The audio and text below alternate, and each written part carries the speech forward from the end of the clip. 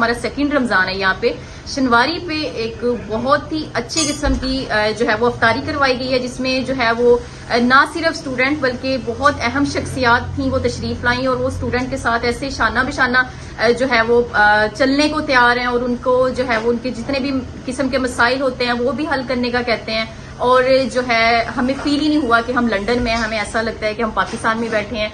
نہ صرف جو ہے وہ شنواری بلکہ اور بھی بہت سے جو ریسٹورینٹ ہیں لنڈن میں اور جو ہے الفرڈ میں وہ اسٹوڈنٹس کے لیے اور دوسرے جو ہماری اہم شخصیات ہیں ان کو ملواتے ہیں.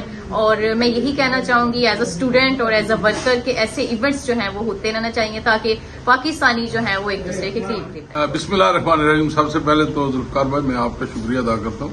اس کے بعد وسیم بھائی اور شاہد بھائی شنواری جو آنر ہیں انہوں نے آج بڑی خوبصورت محفل سجائی. یہ رمضان کا بابرکت مہینہ ہے اور اس بابرکت مہینے کی خصوصیت یہ ہے کہ اب آخری عشرہ چل رہا ہے اور آج تاک رات بھی ہے. دیکھیں یہ جو افطاری ہے یہ ایک پیغام ہے. تو کیا پیغام ہے؟ ہم اپنے دوستوں کو مل بیٹھ کر ایک دوسرے سے ڈسکس کرتے ہیں اور پیغام یہ ہے کہ یہ اپنے گناہوں کی معافی مانگ لیں. پتہ نہیں اگلا سال ہمیں نصیب ہوگا یا نہیں.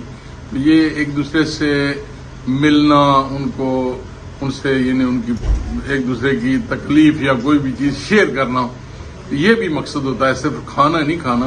تو افطاری کا ثواب اپنی جگہ پہ ہے، لیکن ہمارے جو مسائل ہیں، ہمارے جو معاملات ہیں، وہ مل بیٹھ کر ان کو سمجھنا یا ان کو سلجھانے کی کوشش کرنا، یہ بھی ایک عبادت میں ہے. رحمٰن الرحیم. جیسا کہ آپ کو پتہ ہے ماہ رمضان کا مہینہ ہے. سب سے پہلے تو تمام مسلمانوں کو مبارکباد اور آخری عشرہ ہے. اور اس میں جو ہمارا پاکستان سے ہم جو رہتے ہیں انگلینڈ میں، یہاں ایسے ہی فیل ہوتا ہے کہ جیسے ہم پاکستانی اپنے ماحول میں ہیں. جیسے وسیم بھائی نے کیا، یہاں ہم لوگ آئے، اپنی کمیونٹی تھی، یہاں اسٹوڈنٹ بھی تھے، یہاں بزنس مین بھی تھے، یہاں کمیونٹی کے لیڈرز بھی تھے. تو یہ ہونا چاہیے اور سب بھائیوں کو چاہیے کہ پاکستانیوں کو اکٹھا کرنا چاہیے. اور جب ہم آپس میں بیٹھتے ہیں بہت سی ایسی چیزیں ہوتی ہیں جس کو ہم ڈسکس کرتے ہیں اور بہت سی آسانیاں پیدا ہوتی ہیں. تو میں مبارکباد پیش کرتا ہوں وسیم بھائی کو اور تمام کمیونٹی کو جو اس طرح کے پروگرام آرگنائز کرتے ہیں. اور میری یہ دعا ہے کہ اللہ تعالی ہم سب کے گناہ معاف کرے. اس آخری عشرے میں جتنی بھی عبادت کر سکے ہمیں کرنی چاہیے اور اپنے پاکستان کے لیے اور اپنے پاکستانیوں کے لیے دل بھر کے دعا